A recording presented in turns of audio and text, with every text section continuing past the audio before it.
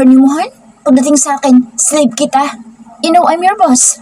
So, susundin mo lahat ng utos ko sa'yo dahil kung hindi ka makakatabi sa akin ngayon or sa susunod na mga araw pa.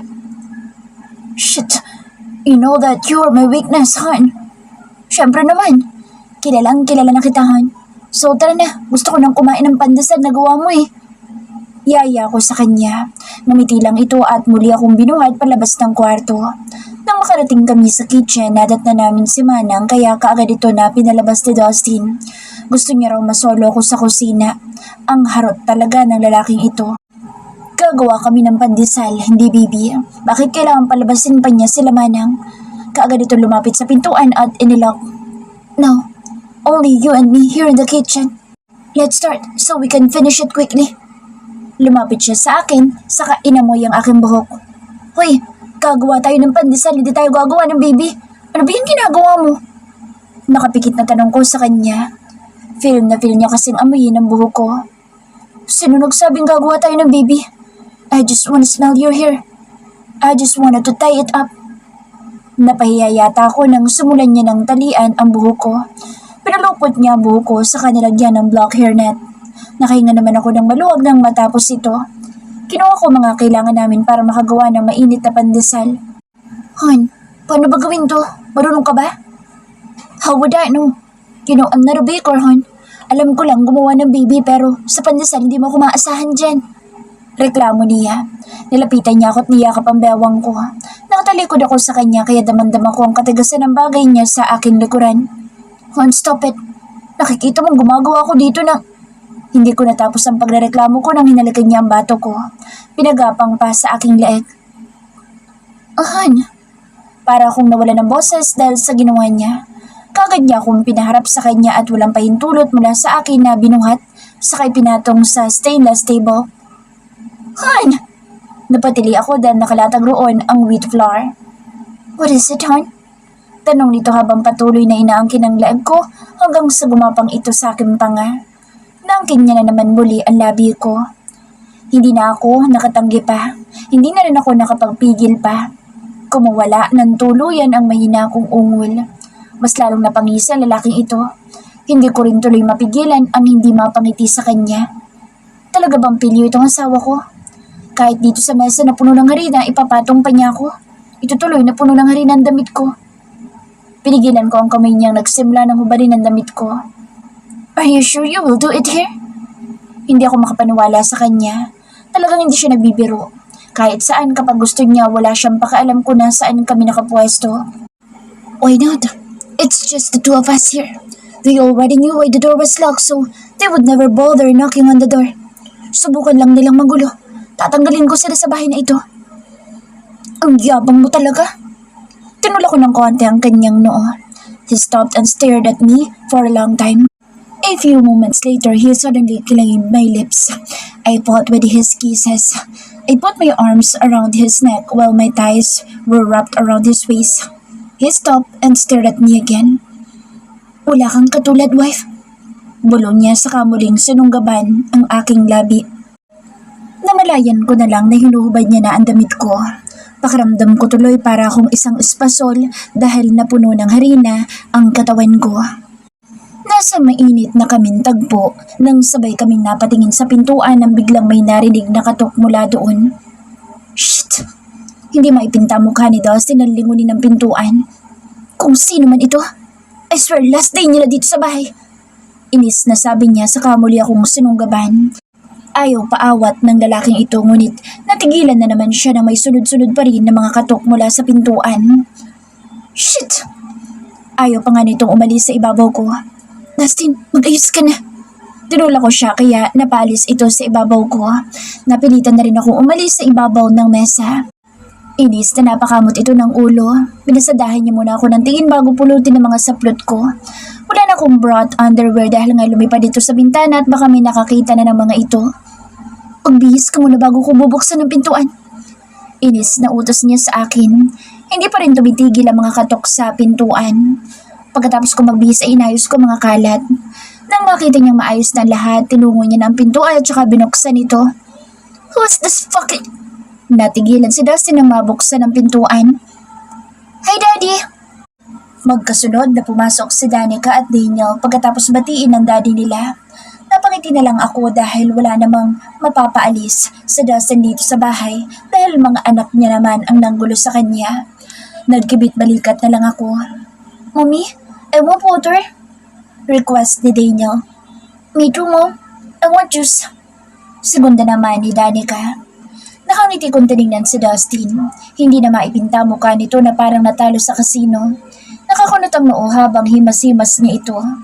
Nagpaikot-ikot pa sa akin na tatayuan nito. What's wrong, Dad? Bakit paikot-ikot po kayo dyan? Hindi na napigilan ni Danica ang magtanong. Ako? Paikot-ikot? Hindi.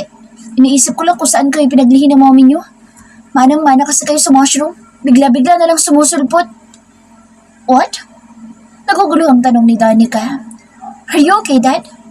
Naguguluhan pa rin na tanong ni Danica.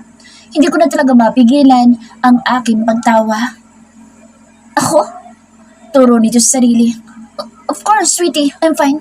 Ayos lang ang daddy niyo. Ayos na ayos lang ako.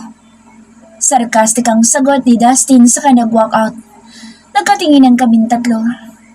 What's wrong with him, Mom? Gulong-gulo pa rin na tanong ni Danica sa akin. Hayaan niyo na lang ang daddy niyo. Napagod lang yun. Palusot ko na lang. I see. Nagkibit balikat si Danica. Pinagtimpla ko ito ng juice at kinuha ko naman ng tubig si Daniel. Pagkatapos ng eksenang iyon ay hindi ko na nakita si Dustin. Ang sabi ng mga maids, umalis daw ito. Nagpaalam daw ito sa kanila at pinapasabi sa akin na pupunta lang daw ito sa bahay ni Don Felipe. Hindi man lang siya nakapagpaalam sa akin. Masama ba ang loob niya dahil palagi siyang nabibitin? Hinintay ko siya hanggang sa makatulog ako. Umaga na nang masilayan ko ang kanyang mukha. Nagising ako sa ingay. Nang sulyapan ko kung sino ang maingay sa loob ng kwarto ay nakita ko si Dustin. Hawak na ang luggage nito.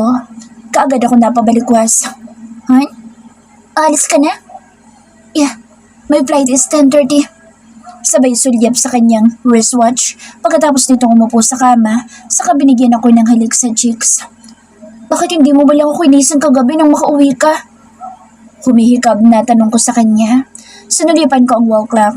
It's already 8 o'clock in the morning. Gigisingin pa ba kita? Ang sarap ng tulog mo, hon. Ayokong istorbohin ka. Sagot niya habang inaayos ang sapatos niya. Kahit na. Nainis ka ba dahil palagi kang... Hindi niya na pinatapos ang gusto kong sabihin nang takpan niya ang bibig ko gamit ang kanyang labi. Hindi ako naiinis sa'yo.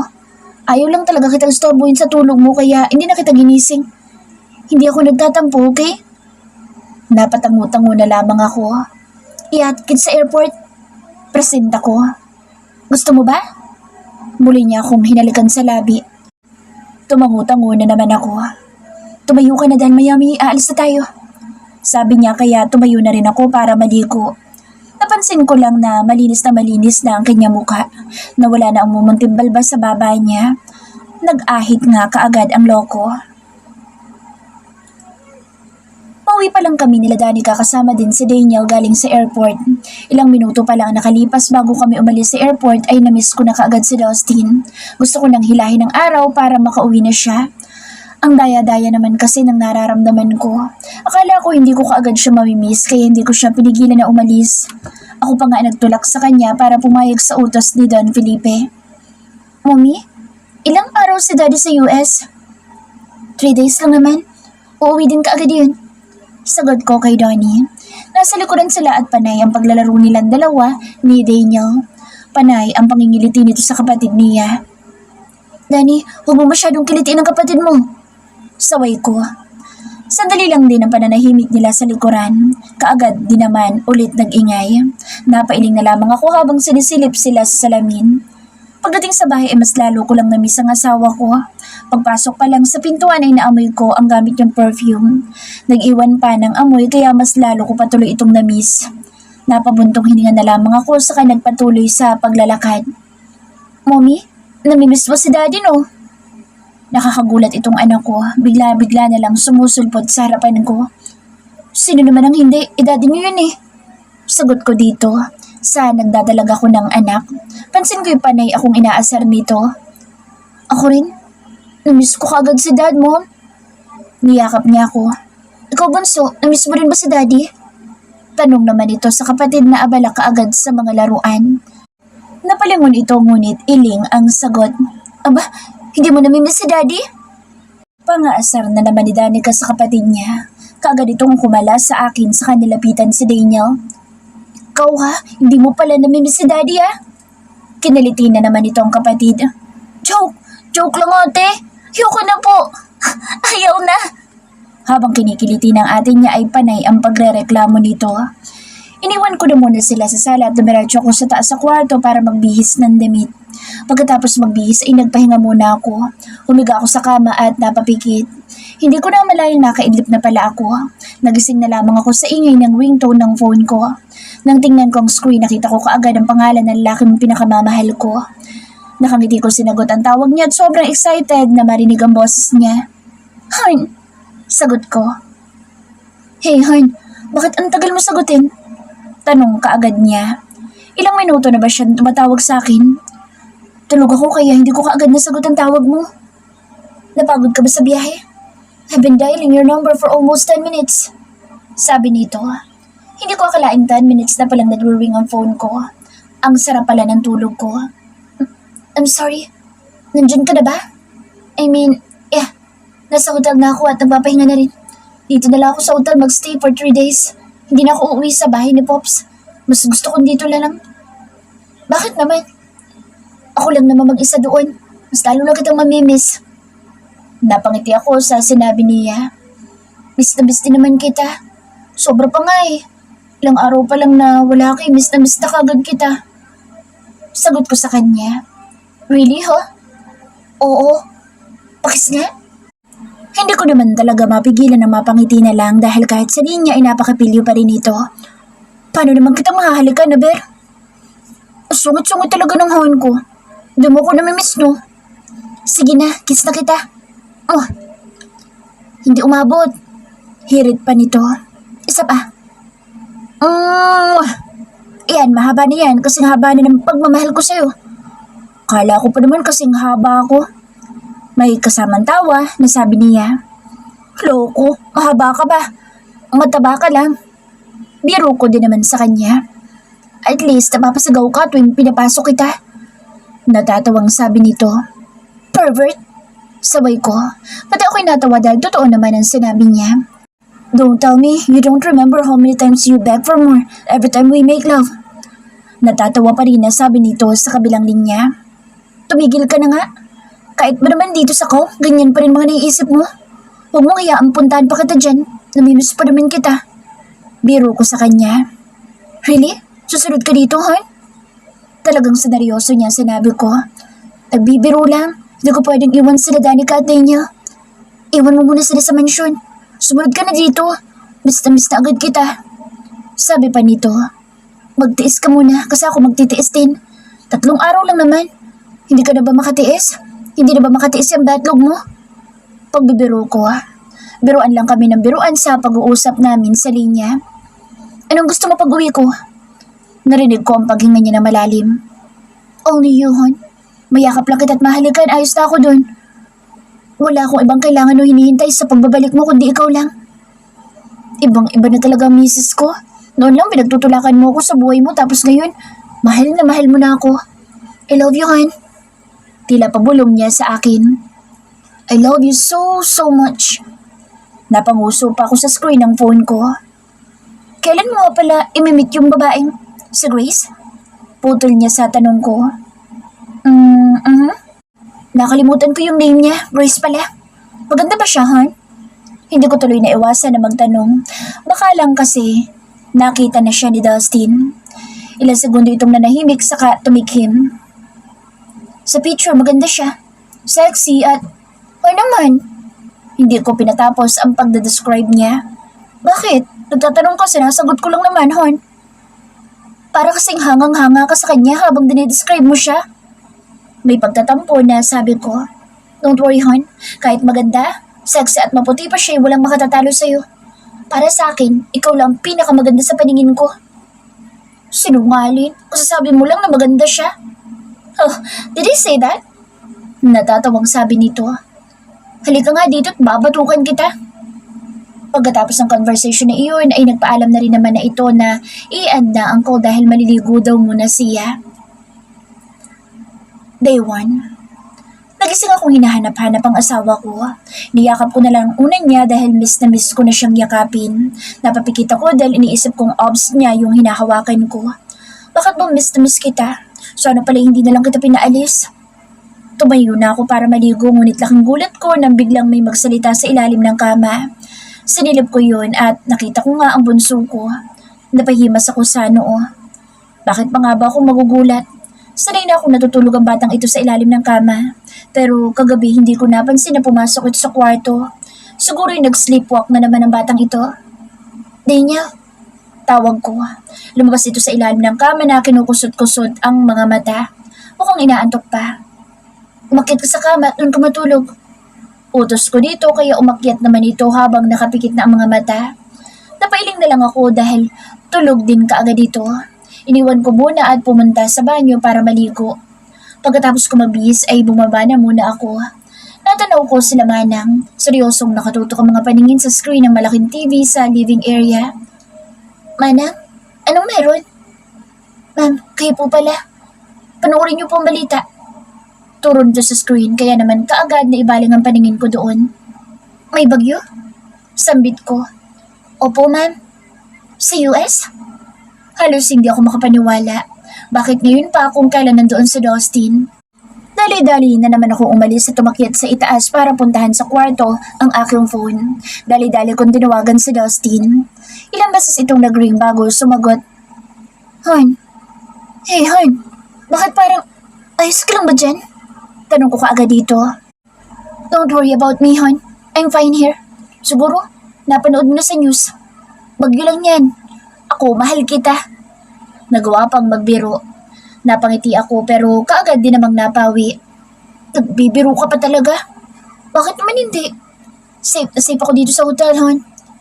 Ang inaalala ko, hindi ka kaagad makakauwi. Miss na kaya kita. Bumuntong hininga ito. Ganun na nga. Ang malas nga naman kung kailan excited na ako umuwi para makita ka. May bagyo pa. Hayaan mo pag-uwi ko, hindi ka matutulog na 1 linggo. Huwag ka na nga magbiro. Saway ko sa kanya. Anong gusto mong gawin ko? Wala. Nagkita na ba kayo ng Grace? Yeah. Kanina, nagkita na kami. Nasaan na siya? She's in in the other. She was here at the hotel too.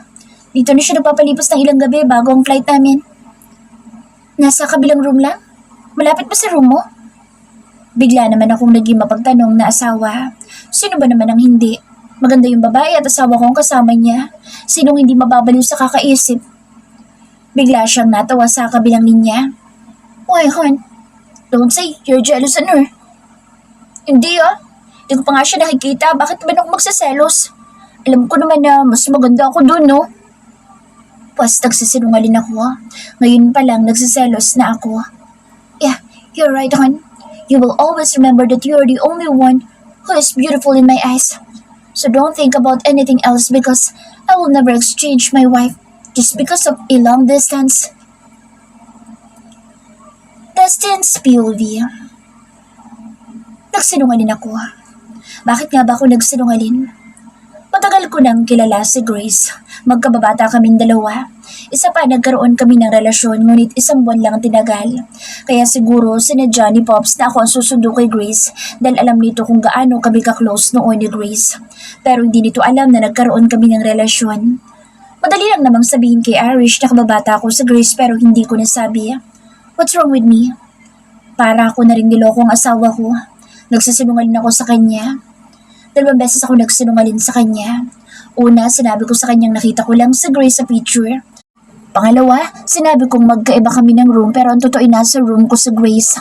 Kasalukuyan siya ngayong naliligo. Hindi ko naman matanggihan si Grace dahil alam kong takot ito kapag may bagyo. Hindi nga ramdam dito at lalong hindi naman nakakatakot dito sa hotel kung saan kami nagstay. Pero alam ko ugali ni Grace kapag may bagyo, hindi pwedeng siya lang mag-isa sa kanyang kwarto. Takot na takot kasi ito. Hanggang ngayon, hindi pa rin pala iyon nagbabago. Dustin? Narinig kong pagtawag nito mula sa loob ng banyo. Can you give me the towel? I forgot kasi. Pakausap nito. Hinanap ko ang kanyang towel para iabot sa kanya. Nakita ko iyon sa kanyang kama. Dahil sa pakausap ni Grace, nasamahan ko siya. Lumipat pa kami sa kwarto na good for two, yung dalawa ang kama. Naglakad ako palapit sa banyo para ibigay ang towel, ngunit nabungaran ko sa Grace sa pintuan. Tanging pintuan lang ang nakatakip sa kanyang katawan habang nakasilip naman ang kanyang muka. Nakita mo ba? Yeah. Iniabot ko iyon sa kanya habang ipinipikit ang mga mata. Ayokong makitang nasa ganoong posisyon siya. Hubot-hubad na tinatakpan lang ng pintuan. Irish, I'm sorry. Naibulong ko na lang sa hangin. Ayoko magkasala pagdating sa asawa ko. Kung may iba ka pa na kailangan, tawagin mo na lang ako. Paalam ko kay Grace saka tumalikod na. Saka ko lang iminulat ang aking mga mata. Dustin. Natigilan ako nang muli akong tawagin ito. Why do you need to cover your eyes? She laughed. Hinarap ko ito pero nakapikit muli ang mga mata ko. Sorry, Grace. My eyes are just for my wife. Sagot ko na kinatawan niya. Loyal? So, you're married? When can I meet her? When we get back to the Philippines. Yeah, right? Pero sayang lang, may asawa ka na. Kung umuwi lang siguro ako sa Pilipinas, sana tayong dalawa magkasama ngayon, di ba? Ngiti-ngiti na sabi nito sa akin. Natigilan ako at naimulat ko tuloy ang aking mga mata. Finally, you also opened your eyes. I'm just kidding. You're just serious. Bawi nito. Nakahinga naman ako ng maluwag. Ayoko talagang magkasala kaya ako na ang iiwas. Nagkunwari akong tulog nang marinig kong bumukas na ang pintuan ng banyo. Amoy na amoy ko ang gamit ni Grace na pabango. Irish POV. 3 days na simula na umalis sa Dustin. Ngayon sana dapat yung flight niyang pabalik pero hindi natuloy dahil nga sa bagyo. Hindi rin siya tumatawag simula pa kahapon. Sobrang miss na miss ko pa naman na siya. Ilang beses kong idinaya ang number niya pero walang sumasagot. Nagre-ring naman kaya alam kong hindi siya lobat. After 5 days, excited ako dahil pauwi na si Dustin. Hindi niya ako pinayagan na sunduin pa siya sa airport dahil ayaw niya raw na mapagod pa ako. Hintayin ko na lang daw siya dito sa bahay. Panay ang silip ko sa bintana dahil inaabangan ko talagang pagpasok niya sa gate. Hindi na ako mapakali kaya tumambay na ako sa balcony. The air was fresh as I sip coffee. Nang matanaw ko ang kanyang pulang kotse, tumayo ka agad ako para kawayan siya. Malayo pero trip ko lang na kumaway. Alam kong hindi niya ako makikita. Nagmadali akong pumasok sa kwarto mula sa balcony at kaagad din na lumabas ng kwarto para tahakin ang sala. Nasa hagdanan ako nang makitang kapapasok lang ni Dustin. Abot tenga yata ang ngiti ko habang nagmamadali lumapit sa kanya para yumakap. Niyakap ko siya ng mahigpit sa kahinalikan sa labi. Iba yata ang amoy ng perfume niya. Nagbago ka ba ng perfume, hon? Tanong ko kaagad sa kanya. Huh? Oo. Pero isang araw lang. Ibabalik ko rin naman ulit yung dati kong perfume. How's my wife? Mas niyakapan niya ako ng mahigpit sa aking bawang. Ito, miss na miss ko ng sobra. I miss you too, hon. Ilang beses niya akong hinalikan sa labi. Nasaan ang mga bata? Hanap niya sa dalawa. Siguro nasa kwarto pa. Baka hanggang ngayon tulog pa si Daniel. Si Danica naman, nagbababad na naman siguro sa cellphone. Panay-panay ang kausap niya sa mga kaibigan niya. Sagot ko sa kanya. Nasaan si Grace? Tanong ko naman. Nasa mansyon? Ah, ganun ba? Muli niyang hinapit ang bawang ko kahit pa nakatingin sa amin ng ibang mates dito sa bahay. Namiss kita ng sobra. Bulong nito sa akin sabay pisil ng aking tagiliran. Sus! Hindi mo nga sinasagot ang tawag ko. Nasaan ka ba ng mga oras na tinatawagan kita, ha? Isang kurot sa tagiliran ang napala niya mula sa akin. Naiiwan ko kasi minsan ang phone ko sa room. Sakto naman na kapag tumatawag kay tanghali, nasa labas ako.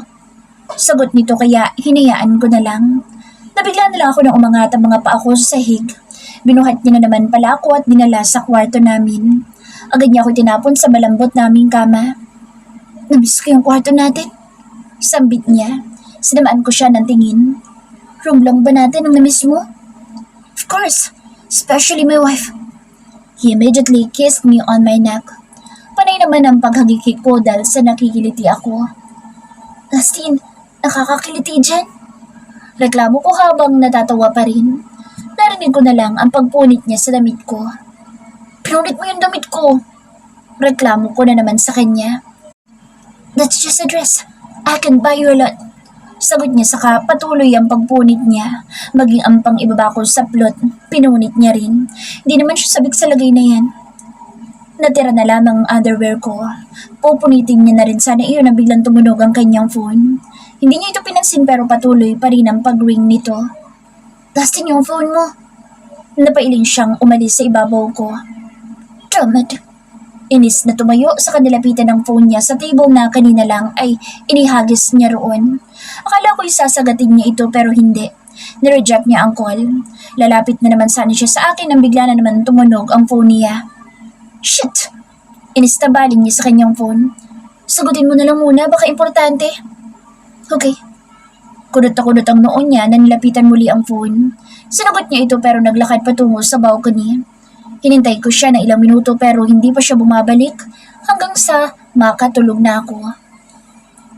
Kinaumagahan, nagising ako mula na sa tabi ko si Dustin. Hindi ko naramdaman na tumabi siya sa akin kagabi. Siguro, nakatulog lang ako. Bukas na nga pala ang wedding nila Nanay Rosa at Pops Felipe.